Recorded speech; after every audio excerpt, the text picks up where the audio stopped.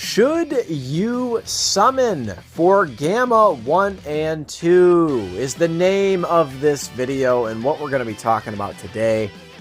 When I'm talking about the should you summon videos, I always have to preface these videos by saying, you know, you should summon for whoever you're going to have the most fun with. Well, what ends up happening when I say that is, like, everyone wants to have fun with the shiny new units, right? So what I think I'll focus on is if you're a light spender, like a very light spender, or if you are just a free to play player. You know what I mean? You're little Johnny and you're 12 years old.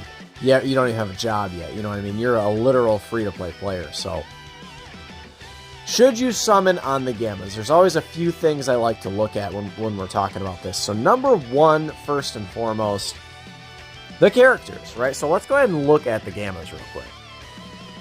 So here is our boy, Gamma 1. Widely considered, I would definitely agree, the best TUR in the game. Movie Heroes and Artificial Life Forms is certainly a very unique type of team. You could definitely run some very interesting teams with that leader skill. And then this guy gets Accelerated Battle and Worthy Rivals for his additional 30% for the 200% leader skill. So you have the likes of, like, you know, STR Kid Buu, for instance, is on his 200% leader skill. So this Gamma 1 man, he's pretty crazy, right? So he does activate the entrance animation upon entry once only. By the way, he does raise attack and defense for one turn, causes immense damage on his super attack. Attack 50% and guards for first 4 turns. So for the first 4 turns, assuming you're getting this guy hit, so he needs to get hit to activate the big parts of his passive. So assuming you're getting him hit in the beginning of the fight, he's going to be, you know, an impenetrable wall for the most part. So an additional, he's getting attack and defense 150%, additional attack plus 100% when performing a super attack. An additional attack and defense up to 100%, reduces damage received by up to 50% with each attack received, 10% each hit. Medium chance performing a crit starting from the turn in which the character receives 5 attacks. So after he gets 5 attacks, he's now got a 30% chance to crit. Oh, and by the way, he's a support unit. Key 1, 30% defense. Great chance of evading enemies' unarmed super attacks and countering with tremendous power. So, of course, this is like the Tech Gogeta, right? He's got, you know, some pretty unique links, I would say. The thing about these units, so Gamma 1, let's go ahead and look at Gamma 2 real quick. So Gamma 2 doing a lot of the same things, still erasing attack and defense for 1 turn, causing immense damage. So he's a Movie Heroes, Androids, or Special Pose. So he's a 3 and then 2 on the 30%, the additional 30%. So Movie Heroes, Androids, and Special Pose. And then Accelerated Battle or Worthy Rivals is the 200% portion of the leader skill. So now he's getting defense 50% launches additional 2 attacks, each of which has a medium chance of becoming a super attack for the first 4 turns. So you can see already this guy is much more of an offensive unit. So then attack and defense 150%, additional attack 100% with performing a super attack, additional attack and defense up to 100% and chance of performing a crit up to 50%, 10% each hit, or excuse me, 10% with each attack performed. Launches an additional attack that has a great chance of becoming a super attack starting from the turn in which the character has performed 5 attacks in battle. Oh, and by the way, a support unit. All allies key 2 and attack 30%. High chance of nullifying key blast super attacks directed at the character. So remember, this is not an evade and counter. This is a straight up nullification. This is LR Janemba, right? Like, this is his exact nullification, right? So again, what even got me on this path are the links, right? You really want these 2 linked together if at all possible. So if you do decide to summon, you got to get one of them, right? The nice thing is if you get one of them, you can run the other one as your leader friend, and you'll be able to link them together, right? And they're both leading movie heroes. And androids and artificial life forms are very similar. You basically, on artificial life forms, you do not have the androids, the tech androids, basically are the only androids you run these days. And then like maybe AGL Cell or something like that. But this is kind of, this is who they are, right? They're on, you know, androids, movie heroes, artificial life forms, worthy rivals, special pose, defenders of justice, and accelerated battle. I believe in the data there is a Dragon Ball Super superhero category. So, you know, they will eventually be on that category as well. So, looking at both of these units, Gamma 1 and Gamma 2, they're both incredible, right? I think on global, they're easily the number 1 and number 2 just TUR units in the game. Gamma 1, one of the best defensive units in the game, and then Gamma 2, one of the best offensive units in the game. Capable of outputting damage, not quite on the level of like STR Cooler, LR STR Cooler, but, you know, pretty similar, right? In terms of TURs, I don't think anyone really does it like Gamma 2. Right, so I think one other thing that you need to look at, definitely one thing you need to look at is the strength of the banner.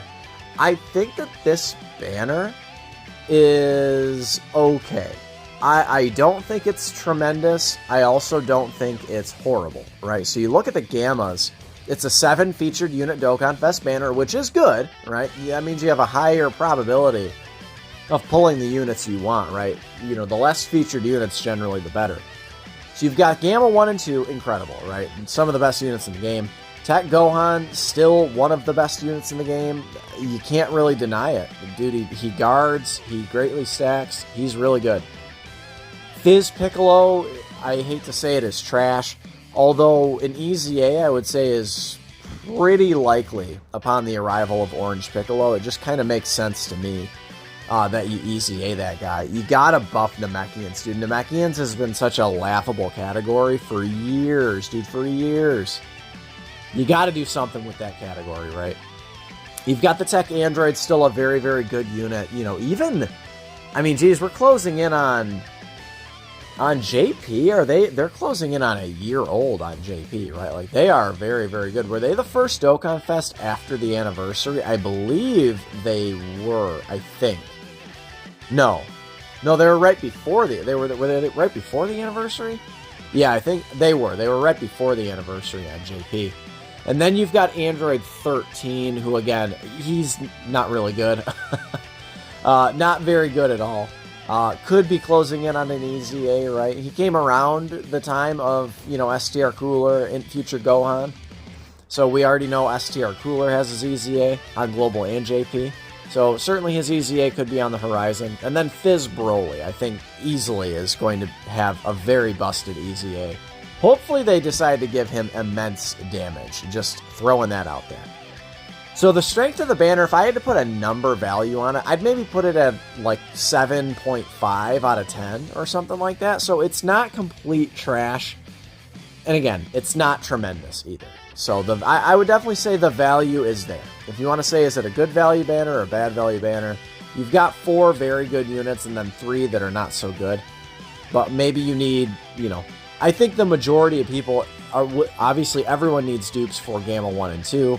I think the majority of people probably need dupes for the Tech Androids as well. And then maybe you got a couple of stragglers. Maybe you don't have full dupes for Android 13 or Fizz Broly. Fizz Broly's not on a ton of banners. Maybe you don't have him at all if you're a newer player. You know what I mean? So, but anyway, guys, one other thing I like to look at when you're talking about should you summon on the banners, what's on the horizon? So let's go ahead and take a look. So this is one banner, and I'm talking about imminent banners that are like within the next few months, right? That I know for sure will be coming to Global Dokkan, right? This is the Tanabata unit. So the Tanabata unit frequently is dropping. Actually, last year it dropped in the beginning of November. So I have no idea where Global is headed, right? I believe Goku and Vegeta, we'll check it out real quick. But I believe the Tech Goku and Vegeta, didn't they drop in the beginning of November last year? I am pretty sure they did. So, is this going to be the next Dokkan Fest? It could be. What you could do is you drop the Gammas. You know, you have that kind of mini celebration of the Gammas and Superhero and that kind of thing. And then maybe you just drop the Tanabata celebration. I mean, it's certainly possible. But anyway, we look at Vegeta and Trunks in this banner. This banner is You got Vegeta and Trunks and AGL Goku Black. Tech Gogeta's still Red Zone good, Red Zone caliber. Blue Goku and Vegeta, Evolution Blue Vegeta, and then Kaioken Goku, they are honestly kind of closing in on an easy. They're like kind of in no man's land. They're not really close to an easy A in terms of time frame, but they need one, right? Because they've been power crept. LR Gohan and Goten definitely in line for an easy A very soon. The Fizz boys and then the Keflas. STR Kefla probably do it for her easy A as well. STR Blue Kaioken, same thing. Int Goku Black is long overdue for an easy A. This is a 10 featured unit Dokkan Fest banner. Not a very good banner at all. I would say you look at most of these units and they're just not very good. Not really Red Zone caliber. Not really Cell Max caliber. They're just not, right? So you want to save your stones for this banner, I guess. You know, just for the prospect of pulling Vegeta and Trunks, it's probably not a horrible idea. Because they can win you at 55%. You can solo every Red Zone stage. You can solo Cell Max with this team. They have a ridiculously busted team, right? The bond of parent and child. It is so ridiculous, right? Such a good category. And then they themselves are just tremendous leaders, right? They've got the big active skill in this kind of thing. So, should you save for this banner? My gut says you probably should not save for this banner. This banner is bad, dude. 10 featured unit banners are not good. Certainly, like, banners of yesteryear are horrible. Like the 12 and 14 featured unit LR banners. This is not that. This is slightly better than that, but let's not pretend that 10 featured unit banners are good, right? They're not inherently good. Just less of a chance to pull the featured unit you want. So my gut says you don't save for this one. Let's go ahead and move on to the next banner. So this is the next banner that everyone's talking about, right? The Super Dragon Ball Heroes crossover summon. We know at this point it's the Super Saiyan 4 show this year. It's going to be the Dokkan Awakenings for the Bardock and the Super Saiyan 4 Bardock and Super Saiyan 4 Gohan. I would definitely say pretty hype. I mean, if I love the Super Saiyan 4 form, so if Super Saiyan 4 is not for you, then it's not for you, right? But this last one was kind of like Super Saiyan, not Super Saiyan, excuse me, but like kind of like Realm of Gods-ish, and then you had Pan, right? So the Int support Pan, who's actually still pretty good. So I look at these banners as not the best. Number one, blue coin banners. I think that this is where the blue coins are finally going to settle in. They're going to settle in for Heroes units and the support type banner units, right? The type banners, right? The AGL, Tech STR Fizz Int banners. I think that's where these blue coin banners are going to settle in, and hopefully this year we'll be able to purchase coins, characters with blue coins, right? Because otherwise blue coins are pretty worthless.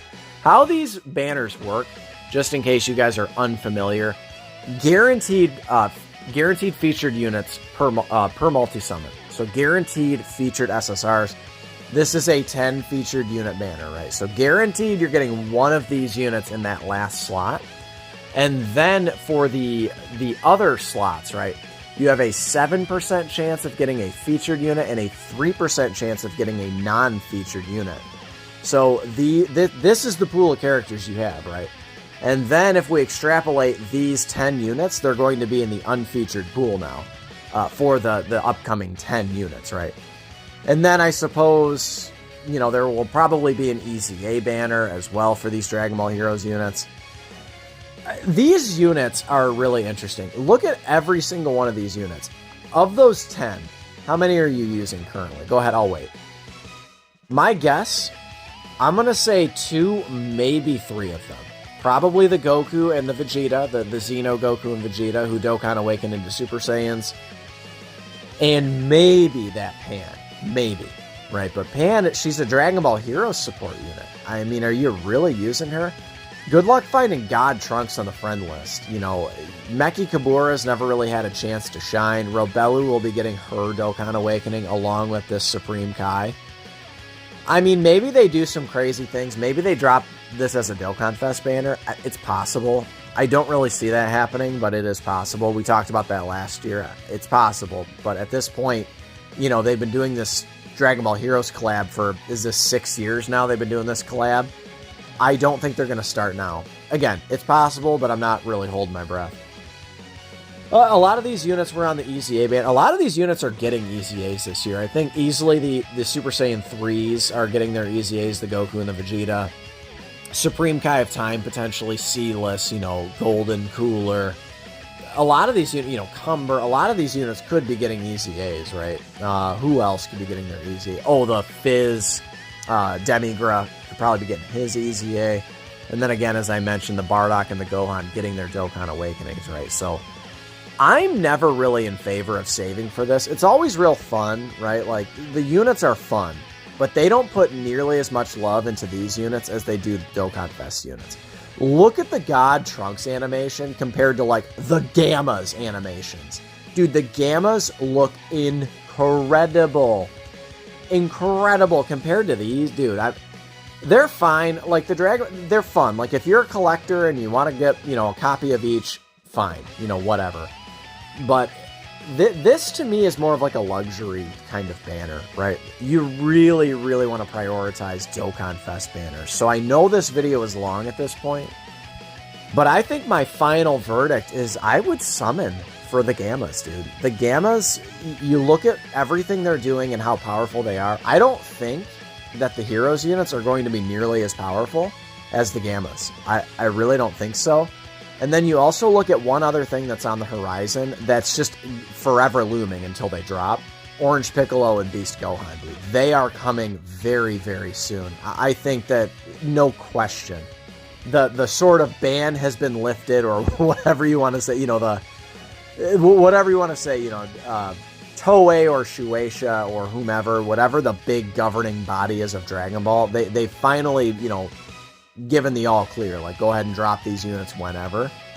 And I think Beast Gohan and Orange Piccolo, we might even see them for New Year's, dude. So you might want to summon for the Gammas. The one caveat is, it is possible the Gammas come back on the Beast Gohan and Orange Piccolo banner that we don't even have any confirmation of yet, but it's pure speculation, right? It's hard for me to go on pure speculation, but I think it's pretty obvious that they're coming. That is just one thing to consider, is the Gammas, it is possible they have a very quick turnaround. I think you're going to have a lot of fun with the Gammas. The Gammas can easily, again, we're talking about one of these units that can solo every single Red Zone stage. You know, they can solo Cell Max. Speaking of Cell Max, they have an increased effectiveness against Cell Max. So if anyone out there, I guarantee there's one person watching this video who has not beaten Cell Max yet. These guys will solo Cell Max, dude. They have increased damage against Cell Max. 210% increased damage against him. So, I know this video is very, very long, so if you've stuck around this long, slap a like on it. My final verdict is summon, dude. Summon, summon, summon, summon. Summon until you get a copy. 55% Gamma 1, dude, you're good. If you pull one of them, you're good. If you pull both of them, even better. But if you pull one of them, you're good. And you can stop, and then you can save for Heroes. You can save for Trunks. Hell, I mean, I wouldn't do it, but you could save for the ROF Blues. You can save for Beast Gohan and Orange Piccolo. Whatever you decide to do, I think you need to get one copy of the Gammas. That's my opinion. Slap a like if you agree. Tell me in the comments below if you disagree. What are you saving your stones for? I know the homie Phantom, he's saving up for Heroes. Let me know what you're doing in the comments below, and I will catch you in the next one. Later.